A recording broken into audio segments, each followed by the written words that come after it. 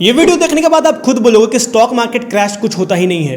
क्या बात कर रहे हैं? बिल्कुल सही कह रहा हूँ। अब खुद सोचो कि जब मार्केट ऊपर जाती है तब तो लोग पैसे कमाते ही हैं, लेकिन जब मार्केट नीचे आती है तब लोग और ज्यादा पैसे कमाते हैं। मैं नहीं मानता। मान जाओगे, लेकिन आप कहोगे कि मार्केट तो लॉन्ग टर्म के लिए ऊपर जाती है, राइट।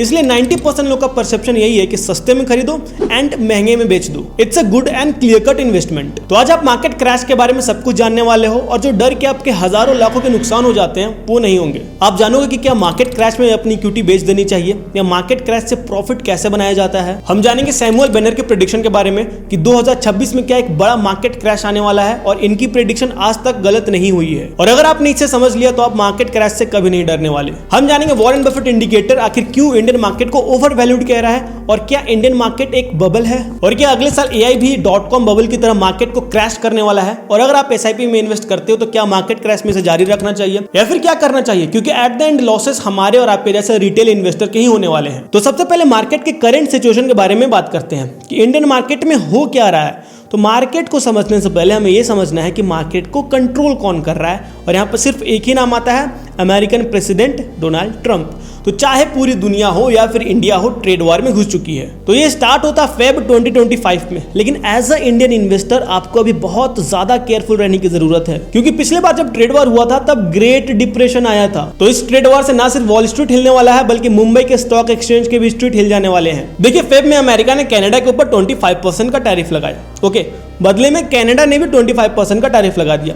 फिर ट्रम्प गुस्सा हो गए और 50% का टैरिफ लगा दिया स्टील मैन्युफैक्चरिंग पर, जिससे कनाडा की कंपनी को तो प्रॉब्लम हुआ ही, साथ में अमेरिकन कंपनी को भी प्रॉब्लम हुआ। और सबसे इंपॉर्टेंट बात, समझने वाली बात यह है कि कंपनी पर टैरिफ मतलब कि लोगों पर टैरिफ, आप पर टैरिफ और हम पर टैरिफ। सो राइट नाउ इंडियन मार्केट को ओवर वैल्यूड क्यों बोला जा रहा है, इसे हम एक एग्जांपल समझते हैं। पिछले 4 साल में अभी का जो जीडीपी ग्रोथ का डेटा है वो सबसे कम आया है 6.4% का। ओके, और क्या हुआ कि 45% अर्निंग एस्टिमेशन कंपनीज की रॉन्ग हो गई। इसे ऐसे समझो कि कंपनी ने सोचा कि उन्हें 100 करोड़ रुपए का प्रॉफिट होगा, प्रॉफिट अटक गया 50 करोड़ 60 करोड़ पे, और ऐसे 45% कंपनीज के साथ हुआ है कि उनकी एस्टिमेशन रॉन्ग हो गई, जिसकी वजह से सितंबर से पिछले क्वार्टर तक एफआईआई यानी कि फॉरेन इन्वेस्टर्स ने 3 लाख करोड़ की सेलिंग कर दी है। और उसके पीछे 2 बड़े कारण हैं। पहला कारण यही है कि रुपया डॉलर के मुकाबले गिरता जा रहा है, जो कि जस्टिफाई रीजन है।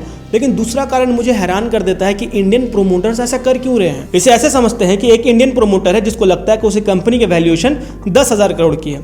मार्केट कहती है 10,000 करोड़, अरे यार 15,000 करोड़ है, अच्छे से देखो। रिटेल इन्वेस्टर कूद जाते हैं और उसे 20,000 करोड़ की वैल्यूएशन दे देते हैं।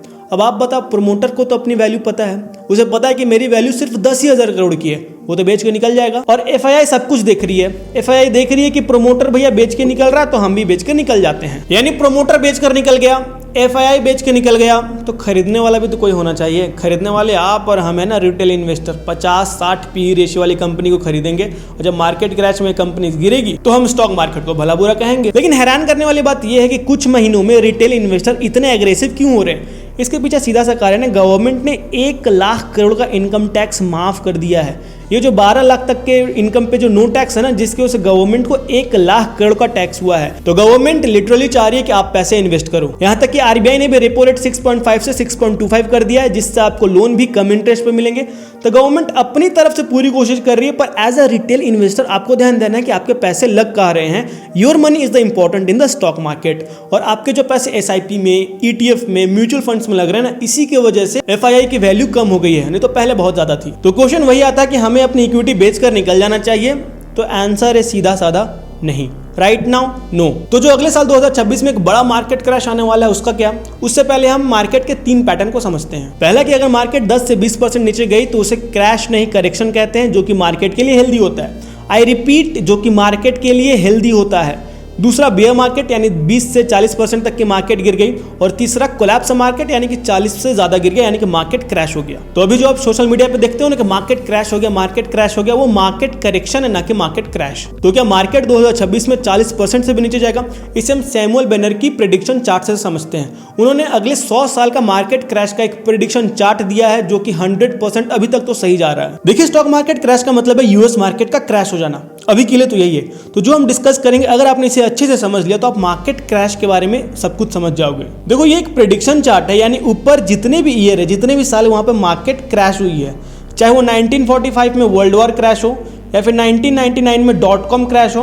.com क्रैश के बारे में हम थोड़ा समझेंगे आगे, लेकिन बेसिकली ये 2000 में हुआ था, और चाहे वो 2019 में कोविड क्रैश क्यों ना हो, तो ये सारी प्रेडिक्शन तो यार मतलब सही रही है। ये बीच के पीरियड में ये चार्ट कहती है कि आप अपने पैसे निकाल सकते हो। कुछ एग्जांपल देख लेते हैं।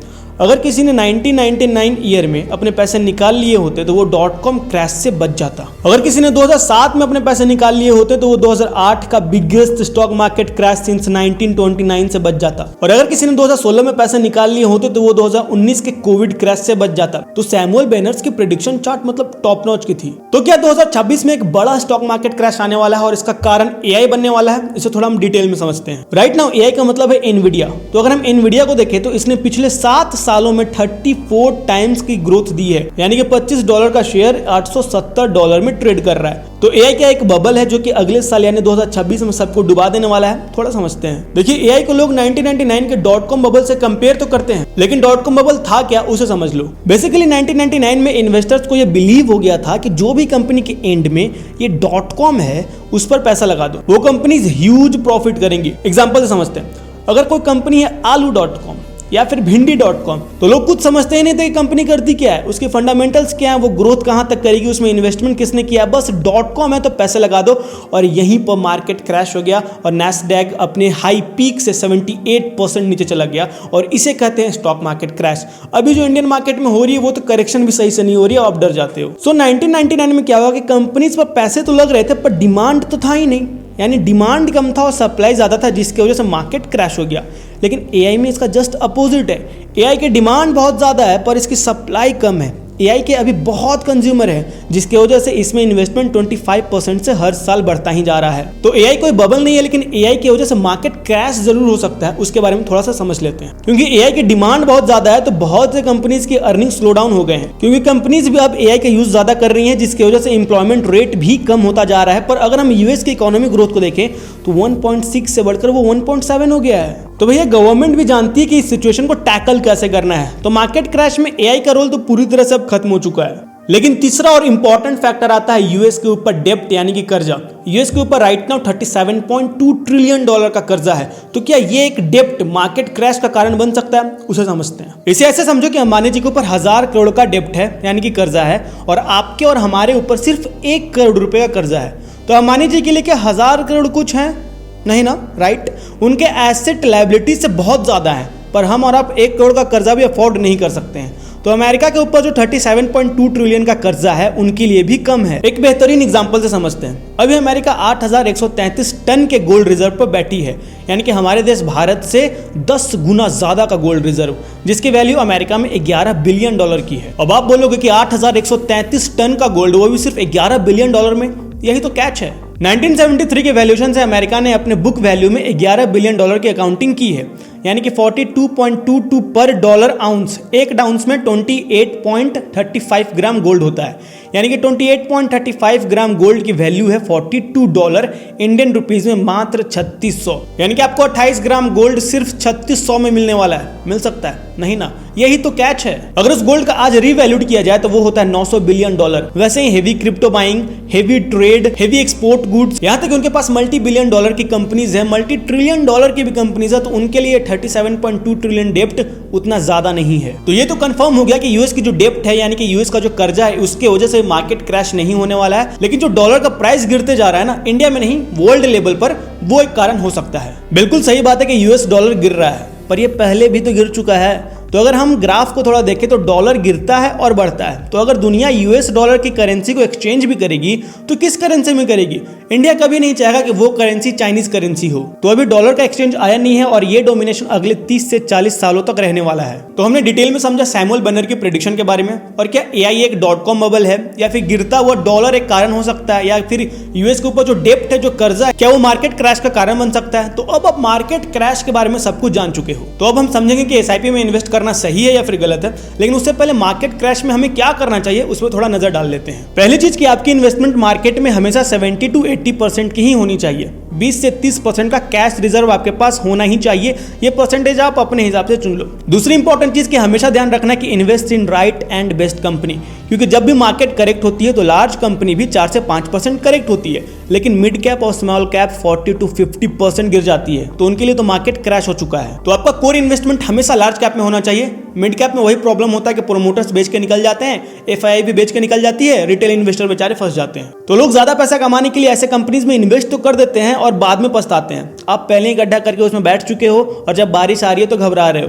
आपने क्या सोचा था कि साल भर धूप ही रहने वाली है? किसी भी कंपनी में इन्वेस्ट करने से पहले उसकी फंडामेंटल जान लो, उसका ग्रोथ पैटर्न जान लो, उस कंपनी का प्रमोटर कौन है, इन्वेस्टमेंट कौन कर रहा है, सब कुछ जान कर ही उसमें इन्वेस्ट करो। इसके बारे में हम कभी और बात करेंगे। सो एसआईपी से पहले हम वॉरेन बफेट इंडिकेटर को समझ लेते हैं। इट्स अ इजी फॉर्मूला और इनकी भी प्रेडिक्शन मार्केट के बारे में हमेशा सही होती है। वॉरेन बफेट के बारे में तो सभी लोग जानते हैं। बफेट साहब कहते हैं कि आपकी जितनी भी स्टॉक मार्केट की वैल्यू है उसको अपनी ही जीडीपी से डिवाइड कर दो। तो इस हिसाब से अमेरिकन मार्केट का रेशियो आता है 217% का, यानी 68.63% का। इसका क्या मतलब है कि इतिहास में आज तक सबसे ज्यादा ओवर वैल्यूड मार्केट चल रहा है। इंडिया के रेशियो देखने से पहले थोड़ा सा इसमें ग्राफ पे नजर डाल देते हैं। ये आप सन 2000 देख रहे हो, ये ओवर वैल्यूड मार्केट है और ठीक उसके बाद मार्केट क्रैश हुआ था, .com बबल क्रैश।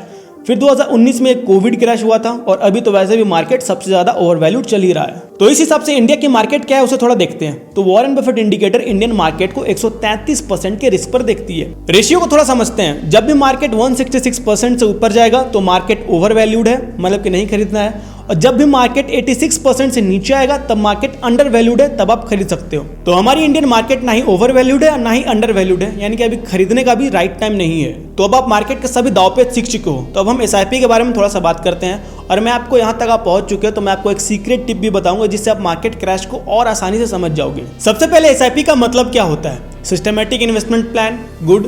आप करते क्यों हो और सबसे ज्यादा इंपॉर्टेंट कि किन पैसों से करते हो। किन पैसों से करते हो मतलब अपने ही पैसे से करते हैं।